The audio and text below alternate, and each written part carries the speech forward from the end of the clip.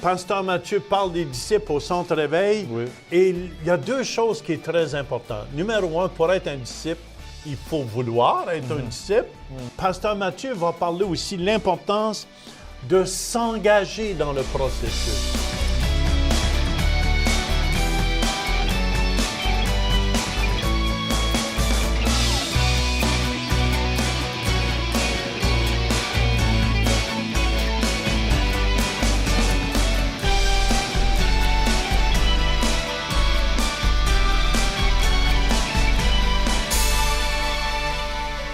Bienvenue à l'émission Réveil aujourd'hui. Quelle joie de vous avoir. J'ai avec moi Pasteur Denis. Bonjour. Et je sais qu'on va avoir une émission remplie Amen. de feu aujourd'hui. Oui. Remplie Alléluia. de feu. On parle des disciples. Amen. Pasteur Mathieu parle des disciples au Centre Réveil. Oui. Et il y a deux choses qui sont très importantes. Numéro un, pour être un disciple, il faut vouloir être un disciple.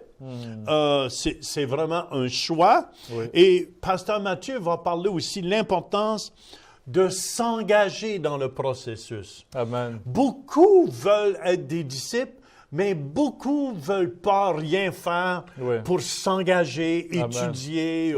Oui.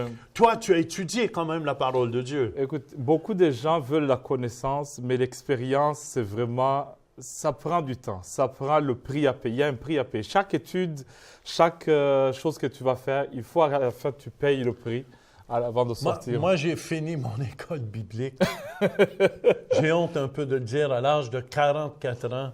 Et c'est ma femme qui me poussait à le faire. Amen. Et aujourd'hui, est-ce que je suis content que je l'ai fait? Amen. Oui, je suis content que je Amen. l'ai fait. Oui. J'ai étudié en anglais. Hein? Oh, Et alléluia. c'est pour ça mon anglais est plus raffiné quand j'écris. Alléluia. Mais je fais un effort pour parler quand même le bon français. Tu as payé le prix, Pasteur Jean. Puis, tu as payé le prix. C'est pour ça qu'on va aller ensemble, si vous voulez, on va aller au Centre Réveil ensemble. On va écouter justement Amen. Pasteur Mathieu Oui. qui continue. Hey, est-ce qu'on veut être dans la vérité appliquée, marcher dans cette vérité-là Amen. et comment être un disciple de Jésus? On Amen. écoute ensemble au Centre Réveil. Vous savez, il y a deux étapes.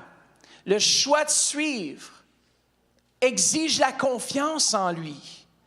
Je ne sais pas qu'est-ce que Jésus avait à part l'onction pour convaincre les disciples de quitter leur zone de confort pour les apporter dans une dimension qu'ils n'avaient jamais connue.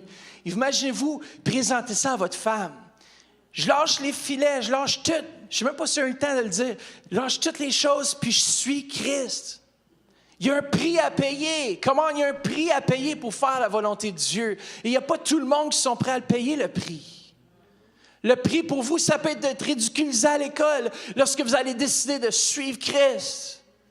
Et quelqu'un va vous dire, ben tiens, viens donc fumer un peu de drogue avec nous. Puis tu vas dire, non, mais moi, je suis chrétien, je ne crois pas dans ces choses-là. Ça va exiger qu'on se tienne et qu'on marche avec lui. C'est ça le prix à payer. À chaque jour, je paye un prix. À chaque soir, je paye un prix parce que je décide de marcher dans la présence de Dieu. Mais qu'est-ce qui est beau? C'est que Christ, il est là, il marche devant nous. Et nous, on marche dans ses pas. On le suit. On marche avec lui. Ça veut dire, on dit que la vérité fait mal. Ça, c'est vrai à la mesure où cette vérité va à l'encontre de nos perceptions, va à l'encontre de ce qu'on a peut-être toujours cru être vrai. Il n'y a rien qui compare à la vérité de sa parole. Lorsqu'on fait face à cette vérité, on doit dire, Seigneur, je suis prêt à payer le prix. Ça veut dire abandonner ce que moi je pense être vrai pour ce que tu dis. Come on, est-ce qu'on est prêt ce matin à payer le prix? Come on. Et voilà, on débute le message ce matin, c'est le prix à payer. Il est vrai, faire un jardin, c'est une chose, et faire un jardin qui réussit bien. Ça fait 3 ans que j'essaie de faire pousser du maïs. Et vous savez, j'ai beau avoir peut-être le peu de connaissances que j'ai, puis je sais que je dois au moins semer, et je vais récolter, c'est la base. Si je sème rien, je ne peux pas me rester là. Non, je dois semer et je dois attendre, on arrache les mauvaises herbes, on sue tout ça, puis on dit « Wow, j'ai hâte que ça pousse. » Puis là, tu vois le maïs qui pousse comme un petit peu, puis je dis « Wow, ça fait longtemps que c'est tout petit encore. » Mais le sol doit être bien préparé. Le sol doit être prêt à recevoir la semence. C'est comme chacun des cœurs ici. On doit être prêt à recevoir cette semence, cette vérité. Elle prend racine en nous. Et c'est elle qui grandit et qui élimine toutes les autres affaires qui sont des mensonges. Mais on doit la laisser travailler dans nos vies. Bon, cette année, on va communiquer avec certains frères dans l'Église qui ont le talent et les dons pour les jardins, puis on va dire, venez nous aider, s'il vous plaît, on a besoin d'aide. Vous savez, il y a un prix à payer, c'est la sueur. Tu sais, Denis, quand tu es là, puis tu sues vraiment, tu es toute trempe à la vette, tu as travaillé, tu as arraché la mauvaise herbe, après 3 heures de désherbage. À cette heure-là, je dis, too bad, laisse la mauvaise herbe pousser, puis... Après 3 ans, la 3e année, j'ai dit, j'abandonne mon jardin aux bébites. Il n'y a rien qui va pousser.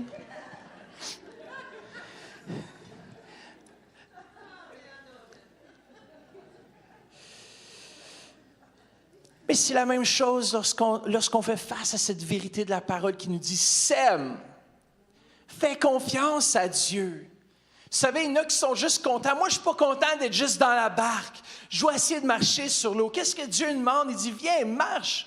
Seul l'apôtre Pierre, des fois, on le critique, mais c'est le seul qui a osé mettre le pied sur l'eau, tandis que les autres regardaient et disaient, est-ce que ça va marcher? Moi, j'aime mieux être de celui qui dit, je vais mettre mon pied en dehors de la barque, je vais commencer à faire quelque chose, je vais commencer à faire confiance à Dieu et je vais mettre mon action en application. Je veux faire quelque chose, je veux bouger, je veux semer. Quand Dieu dit sème et tu vas récolter. Il y en a, ça fait des années qu'ils regardent leur jardin est mort, il y a juste de la mauvaise herbe dedans, puis ils disent, Seigneur, quand est-ce que tu vas me bénir? Mais le Seigneur vous dit, quand est-ce que tu vas semer?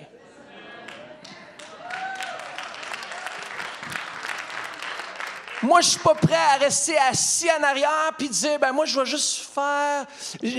juste avoir un raisonnement mental du bienfait de semer, mais je ne vais rien semer. Non, moi, je n'ai pas quitté une vie dans ce monde pour venir vivre dans une religion. Si on n'arrive pas à appliquer la parole, à quoi sert le christianisme? À quoi sert venir à l'Église? Si je ne désire pas la mettre en pratique, c'est mieux de rester chez vous et regarder les Olympiques ou regarder une game de hockey.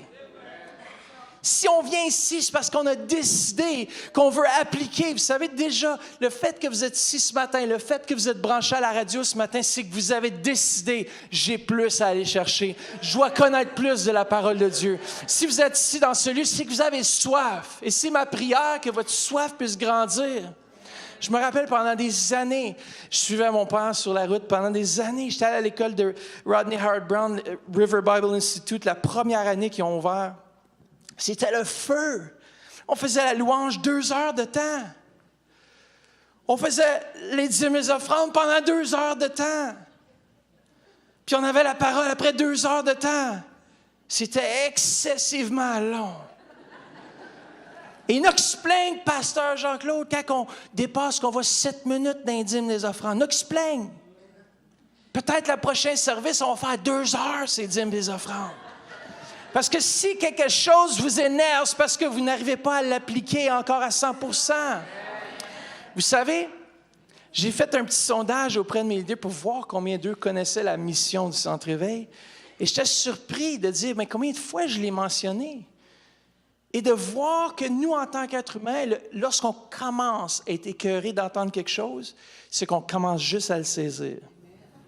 Lorsqu'on est tanné de l'entendre, on est ici pour faire des disciples. Quand vous allez être tanné de l'entendre, c'est que vous allez commencer à le saisir. On est ici pour faire des disciples. Moi, je veux être un réel disciple. Je veux vous montrer l'exemple. L'apôtre Paul est un exemple d'un vrai disciple. Qu'est-ce qu'il dit à Timothée? Il dit, suis-moi, fais comme moi, tu vas réussir. Yes, come on. Vous savez, il y a un prix à payer. Les Olympiens, ils savent qu'il y a un prix à payer pour se rendre là où ils veulent. Pendant que tout le monde fait un beau dodo, une belle sieste, eux autres sont en train de courir des kilomètres et des kilomètres. Chaque matin, ils vont se priver de la poutine de Saint-Albert, man, elle est bonne, mais ils vont se priver de la poutine à la fin, d'avoir une santé optimale. Ils vont se priver de faire certaines choses parce qu'ils savent que c'est détestable pour leur corps. Ils ne seront pas capables d'avoir une performance aussi bien que s'ils ne mangent pas correctement le guide alimentaire du coach. Et s'ils sortent un petit peu en dehors de ça, ça va paraître lorsqu'ils vont courir. Le fromage va peser lourd dans le ventre. C'est la même chose. Si je laisse pousser ma barbe, c'est parce que c'est bientôt le temps des playoffs de la Ligue nationale. C'est une farce. Mais c'est vrai d'ailleurs. Mais... Les athlètes à haut niveau sont prêts à payer le prix. Les athlètes à haut niveau savent qu'il y a un prix à payer pour se rendre là. Vous vous souvenez de l'achat de votre premier véhicule? Tu es là, tu comptes tes sous parce que le véhicule, je ne sais pas, il coûte 2000 $. Tu comptes tes sous, tu les mets de côté, tu es tout content. Il y a quelqu'un, un membre de la famille qui veut te le vendre. Tu n'as pas calculé le coût plus loin, les assurances, l'essence, puis les réparations. Parfois, on pense qu'on sait c'est quoi le coût, mais en réalité, la vie nous lance toujours des défis. Il y a toujours des surprises. Et c'est la même chose avec Dieu, le Saint-Esprit, c'est qu'il veut nous appeler. Il veut qu'on aille en profondeur. Il veut dire, qu'est-ce que tu es prêt à mettre sur l'autel pour moi? Et lorsqu'on pense qu'on a tout payé le prix, lorsqu'on pense qu'on est rendu là où Dieu nous veut, tout à coup, il nous demande de donner ce qui nous coûte le plus cher. Qu'est-ce qui coûte le plus cher que vous ne seriez peut-être pas prêt à donner ce matin? Vous savez, notre service envers Dieu, notre temps, notre implication, nos ressources, ça nous coûte quelque chose.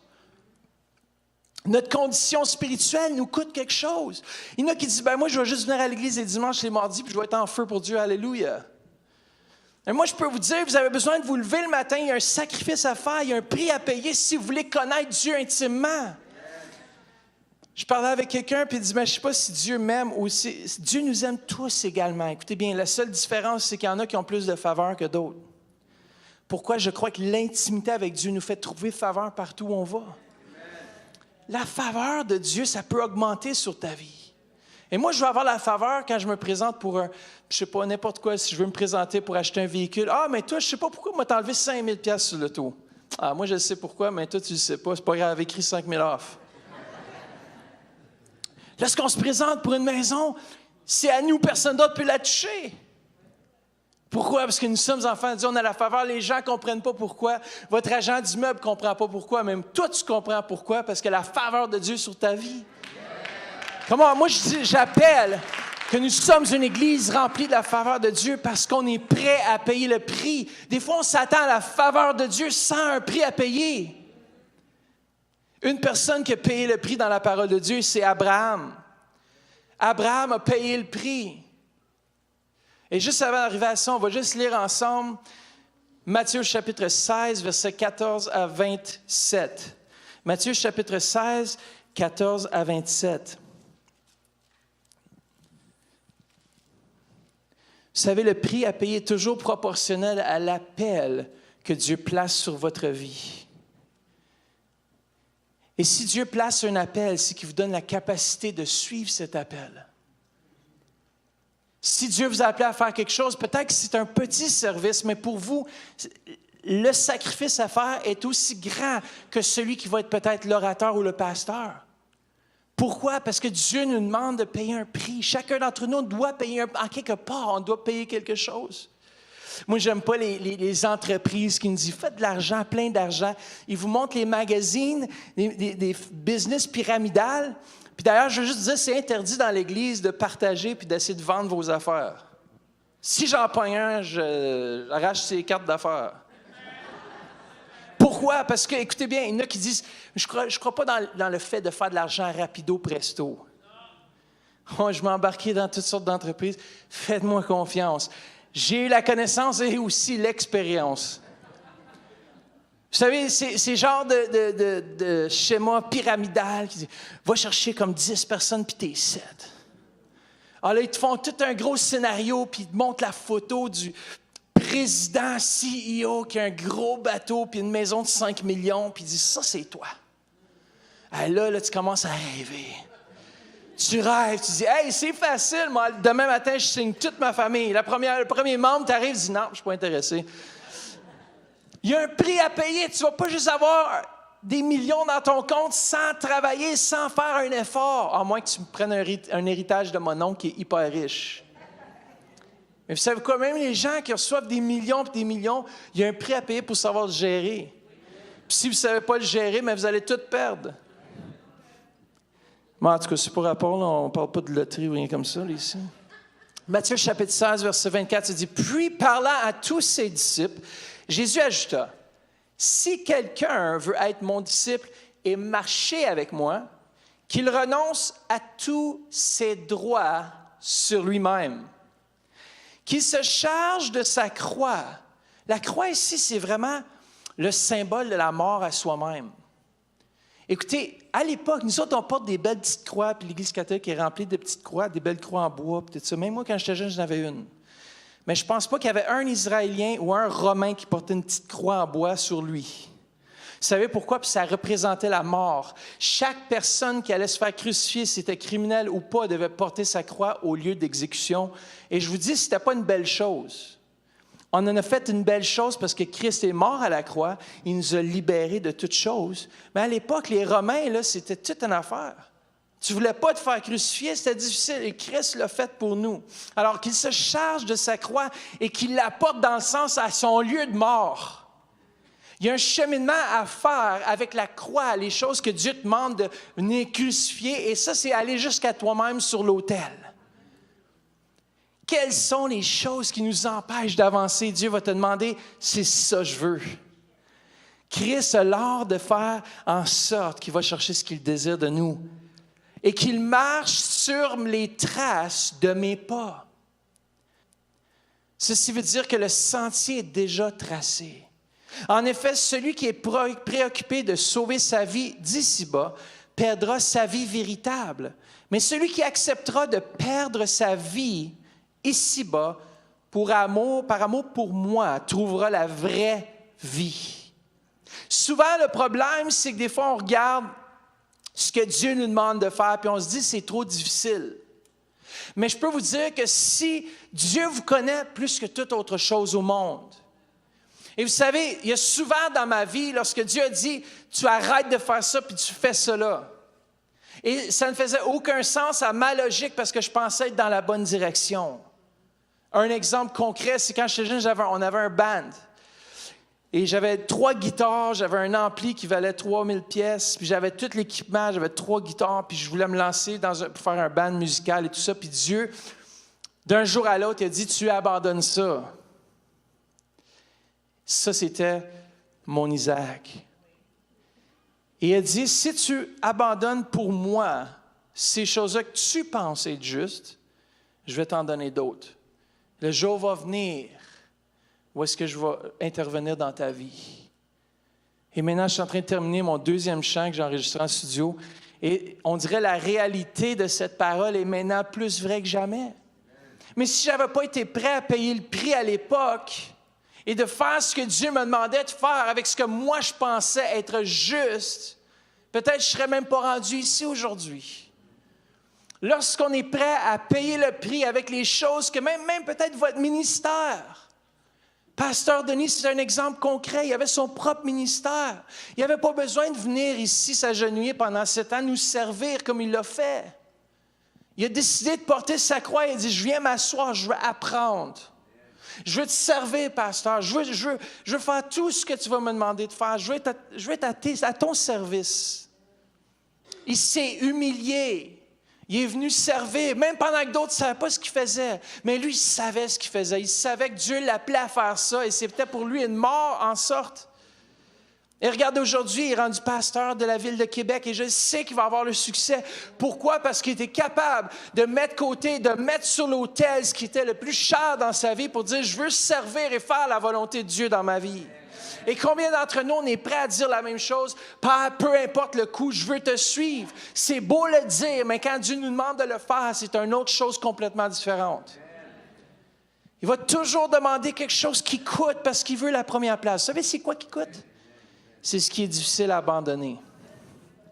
Ce n'est pas les choses faciles. C'est les choses que vous allez avoir de la misère à laisser aller. Dieu vous demande de le mettre de côté pour lui. Come on. Il y a tellement plus. Merci, Pasteur Mathieu. Et Pasteur Denis, Oui. amen. Tu as quand même payé un prix le jour que Dieu t'a demandé quand même Oui. de te joindre au centre réveil. Oui, c'est pas évident parce que tu as bâti quelque chose et tu dois, pour un pasteur, fermer son église et dire on va se joindre aux autres, c'est quand même quelque chose qui vient déchirer au cœur.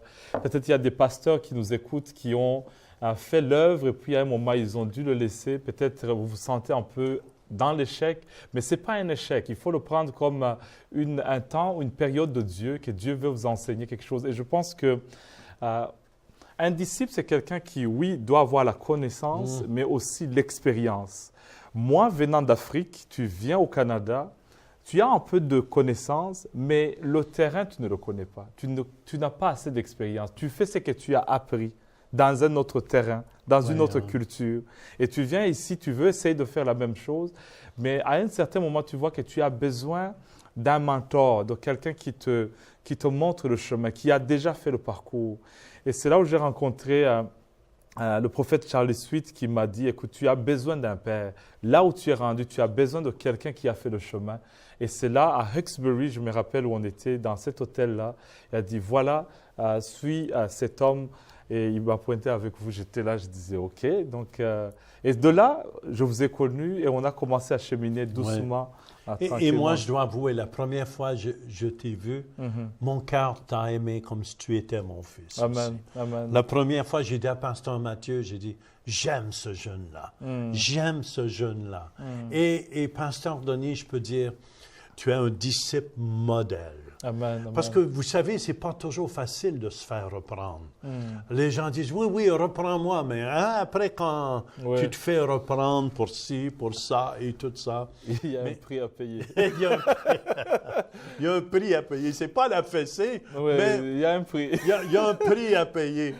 Et si tu veux ensemble, on va aller à Madagascar, on va aller écouter quelques guérisons parce que, amen, préparez-vous ceux et celles qui sont malades. Vous savez, il n'y a rien de plus puissant qu'un témoignage. Amen. Et ils l'ont vaincu à cause de leur témoignage et du sang de l'agneau. Et ici, on va écouter 3 témoignages, je crois. Oui, avec une fracture au bras gauche, quelqu'un qui ne pouvait pas vraiment faire tous ses mouvements. Mais après la prière, écoute, vous allez le voir comment c'est vraiment excitant de voir comment Dieu touche quelqu'un. Une dame qui était sourde pendant 44 ans. Oreille gauche, et elle est guérie complètement. Et c'est une bénédiction. Et une autre qui avait 27 ans de problème des odeurs. Et avec la prière, très bon, très bon. Comme ça, si vous voulez ensemble, on va aller à Madagascar et on va aller écouter ces témoignages. Amen.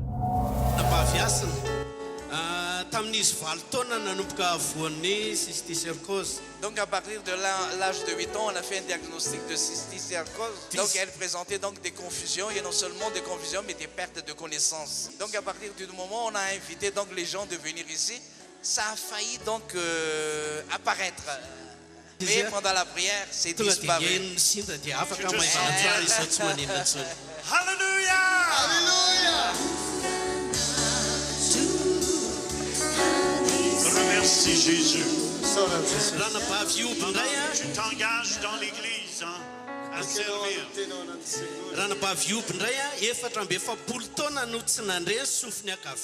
Donc pendant 44 ans, son oreille gauche n'entend pas.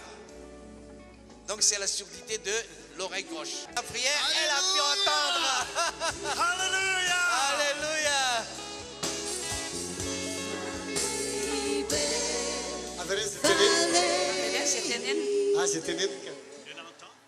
T'es français? Pourquoi? Coucou. Alléluia. Alléluia. Les jours entendent!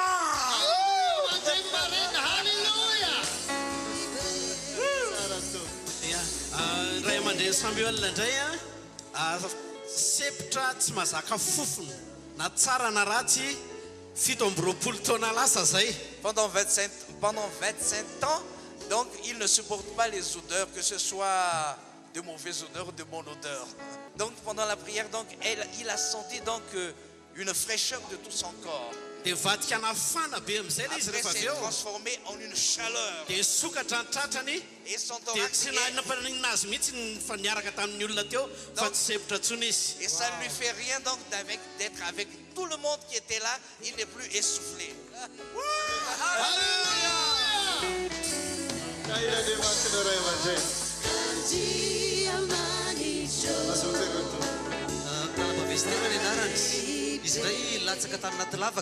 Donc elle est tombée donc dans une fosse. Donc elle avait une fracture au niveau donc de son bras gauche. Donc quand elle est engraissée, elle ne peut pas bouger donc son bras gauche et ça ne peut pas tourner comme ça.